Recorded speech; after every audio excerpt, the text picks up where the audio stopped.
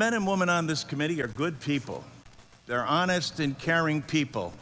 And that's why I do not understand why you would relegate this committee to no longer being of significance and resort to saying you will do whatever Elon Musk and Donald Trump tell you to do.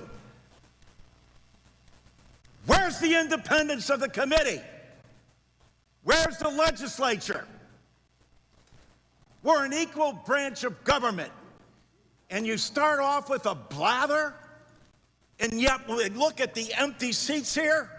Where's Elon Musk? I'm sure he's a genius and is a very credible person because of the wealth he's accumulated.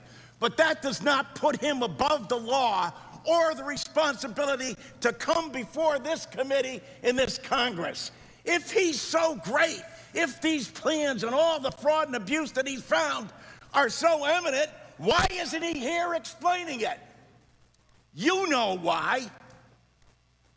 Because he's out to privatize Social Security. He's been on television the last couple of days talking exactly about Social Security, Medicare, and Medicaid, and what he intends to do.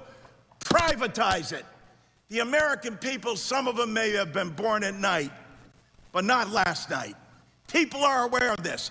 Every single one of your districts, all the money that comes in monthly, and you have not done, you as a Congress, have not done anything in more than 54 years. And now you have someone coming in to privatize a system, something you have longed to do going back to 1982, because Elon Musk thinks that this is the best thing to do. President Trump has called Social Security a scam. Elon Musk, as chairman, as Mr. Neal said, called it a Ponzi scheme.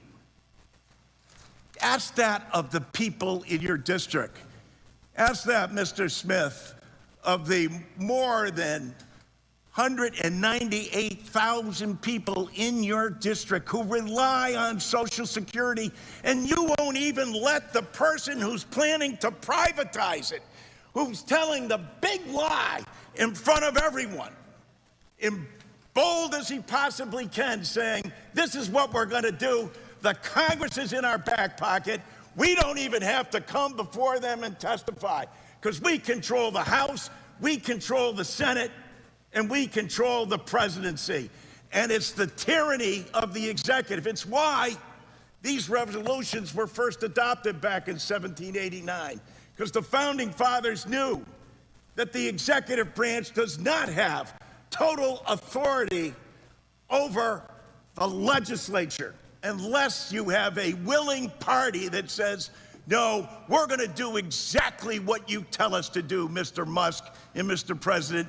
It doesn't matter to our constituents.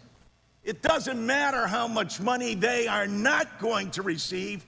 We're not even going to tell them the truth about what's going to happen to them.